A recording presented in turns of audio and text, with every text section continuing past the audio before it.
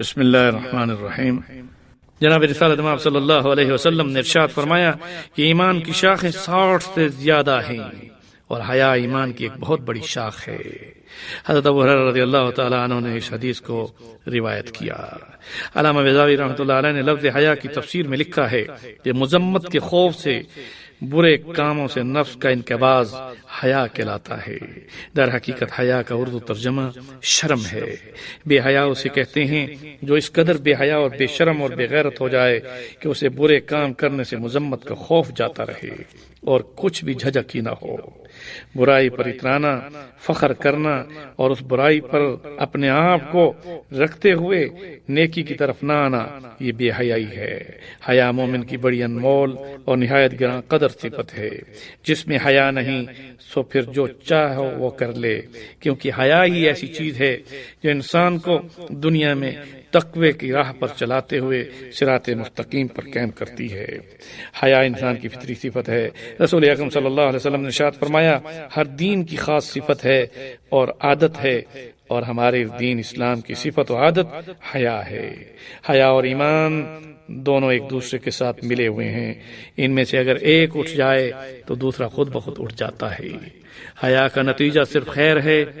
رسول اکرم صلی اللہ علیہ وسلم نے ارشاد فرمایا، اللہ تعالیٰ جب کسی بندے کو ہلاک کرنے کا ارادہ کرتا ہے تو اس سے حیا کی صفت چھین لیتا ہے، پس جب اس سے حیا نکل جاتی ہے تو وہ دوسروں کی نظروں میں مبغوض اور مذمت میں ملعون ہو جاتا ہے، پھر اس سے امانت نکل جاتی ہے، وہ خائن بن جاتا ہے، وہ لوگوں کی نظر میں بددیانت ہو جاتا ہے، پھر اس سے رحم کا مادہ نکل جاتا ہے، اس رحمت کے مادے کے نکلنے سے وہ شخص ظالم بن جاتا ہے، اور آخرکار ان اوصاف کی وجہ سے کہ جس میں اس میں حیا نہیں ہوتا تو اسلام کی عہد سے نکل جاتا ہے۔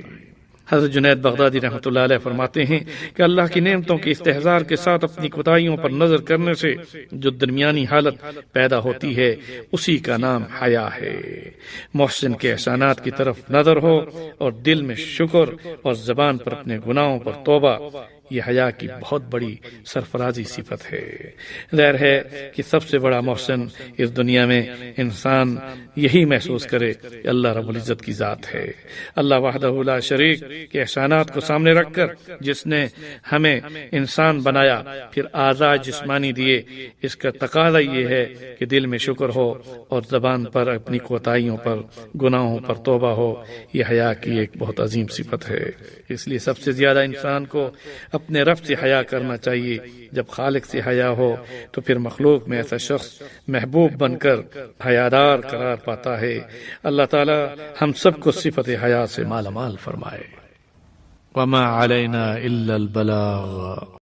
إن الله وملائكته يصلون على النبي يا أيها الذين آمنوا صلوا عليه وسلموا تسليما۔